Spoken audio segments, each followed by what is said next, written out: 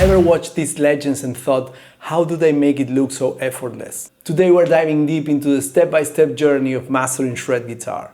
Whether you're just starting or looking to refine your skills, this guide is your roadmap to shredding success.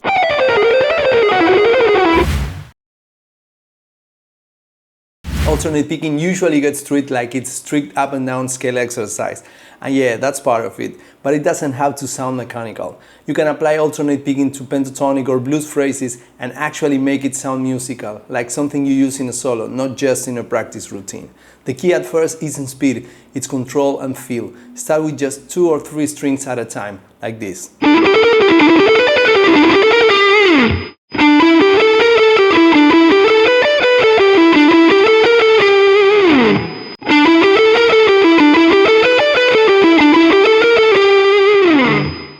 It's always good to keep the pinky free in case you want to add an extra note like this.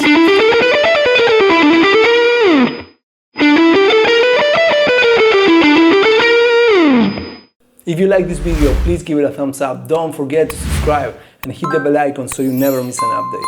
As I always say, you can use your wrist, your forearm, whatever you choose for your picking motion. There's no right or wrong really, just what works or doesn't work for you. The idea is to keep things relaxed and consistent. You are not trying to force it, just focus on making every note come out clean with minimal motion. Then I take that same approach and start using it in a more musical way. Here you have a couple of licks to show you what I mean.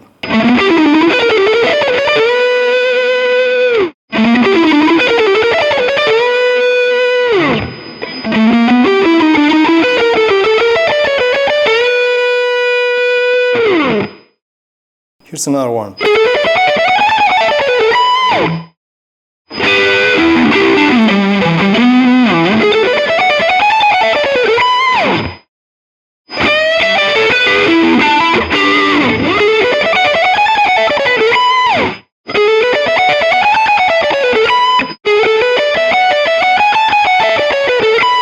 It's still alternate picking, but now it actually sounds like something you'd play in a solo. Alright, so let's talk about scale sequences and why they are actually super useful. They are not just about shredding up and down the neck. What they really do is help build coordination between both hands. They get you used to connecting scale shapes, and they also train your ear to hear intervals like thirds, fourths, and so on. Plus they force you to be more intentional with your timing and your picking. Let's start with this one. It's a simple pattern using thirds through the C major scale.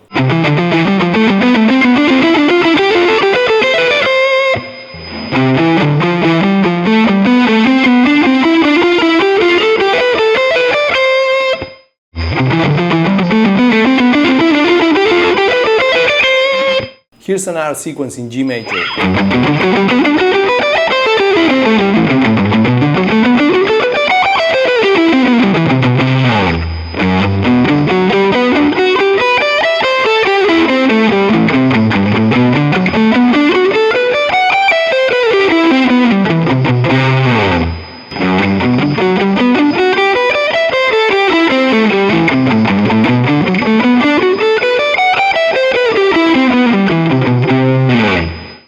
Now let's look at how to move more freely across the fretboard. This is where your playing really starts to open up. Here's a simple exercise to get going. I'll use an A minor scale starting in the 5th position. Normally you might play it like this. But instead, check this out. See what I did there? I'm sliding into the next position instead of just sticking in one spot. What that does is train your hand to feel free where the next note is, not just remember the pattern visually. Notice how that slide connects the shapes. It's smoother and it helps me move up the neck without those little stops in between. And plus it gives the phrase a more vocal expressive quality, which is great for soloing. Now let's push it further. I'm playing the previous pattern diagonally across the neck, starting on the low E string and working my way up to the high E string. Instead of going straight or across up, I'm combining string shifts and position shifts.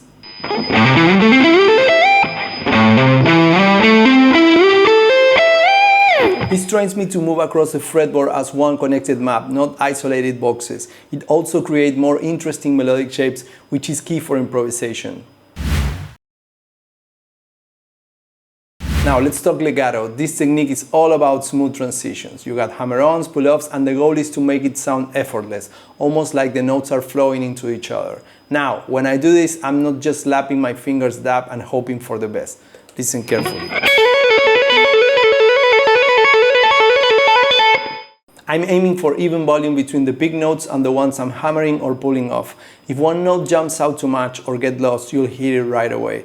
So don't rush it, take your time and really listen to how each note connects to the next. That's what makes legato musical and not just fast.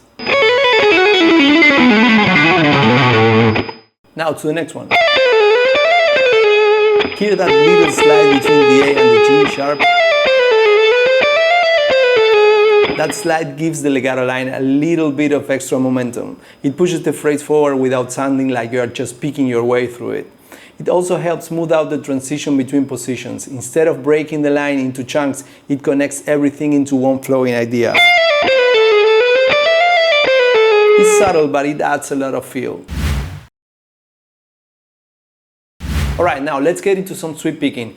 I'm going to break down a simple 3-string arpeggio.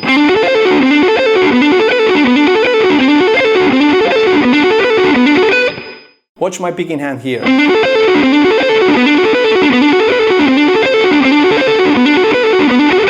It's one smooth motion across the strings, no 3 separate downstrokes. That's the key to making it fluid.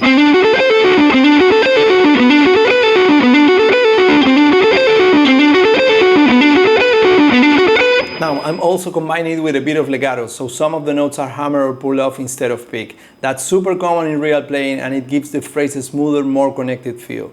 The real challenge is syncing both hands. Your picking hand might be moving just right, but if your fretting hand isn't landing in time, things start to fall apart, the notes get lost or it turns into a blur. So slow it down. If anything starts sounding messy or uneven, that's your cue to ease up and focus on making each note come through clean. I'll play it in different sections of the neck.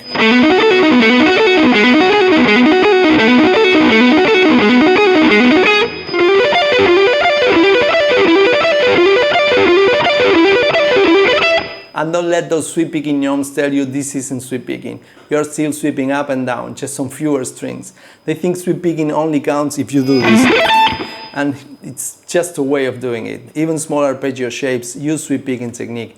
And even if you are combining legato, it's still sweep picking.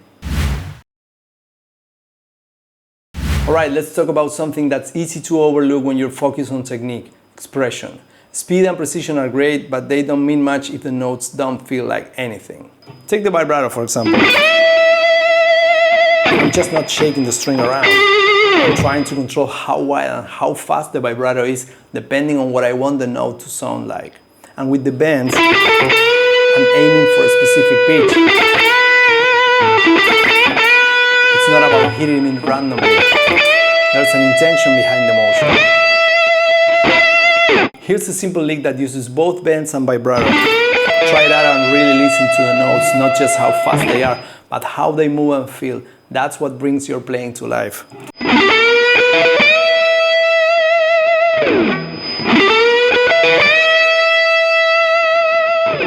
See how I reach the note and then add the vibrato at the end. That's really what phrasing is about. It's just not cramming in a ton of notes. It's about choosing the right ones and giving them space to say something. I kind of think of it like talking with your guitar. You wouldn't yell every single word in a sentence, right? You'd pause, stretch some words out, emphasize others. It's the same idea when you're playing. Even though today's lesson is focused on the shred style, which is all about a lot of notes, speed and intensity, these phrasing concepts are just as important. Honestly, they apply to any style. Whether you're playing blues, jazz, metal, phrasing is what gives your playing feel and personality. Before moving on, let me share with you a killer warm-up exercise.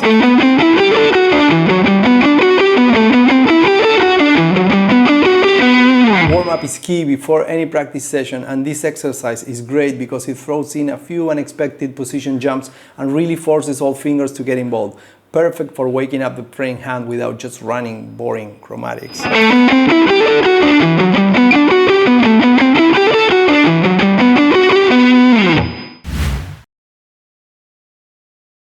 Once the basic starts to feel solid, that's when you can start adding in some of the more advanced stuff.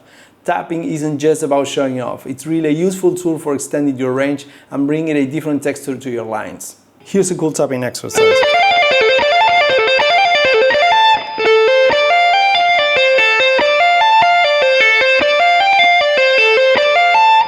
Another one, this time using 2 fingers for the tapping.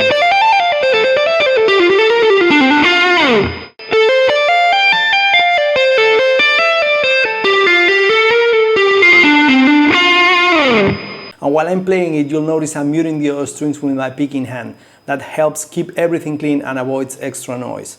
Tapping can sound great, but only if it's controlled, so focus just as much on clarity as you do on the motion itself.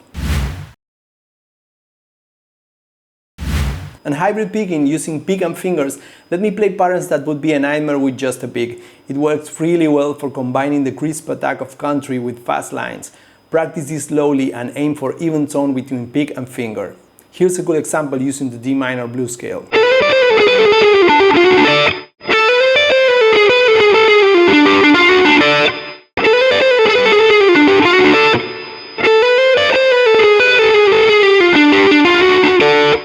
Shred guitar isn't just one thing, it's about combining different skills that make your playing really stand out.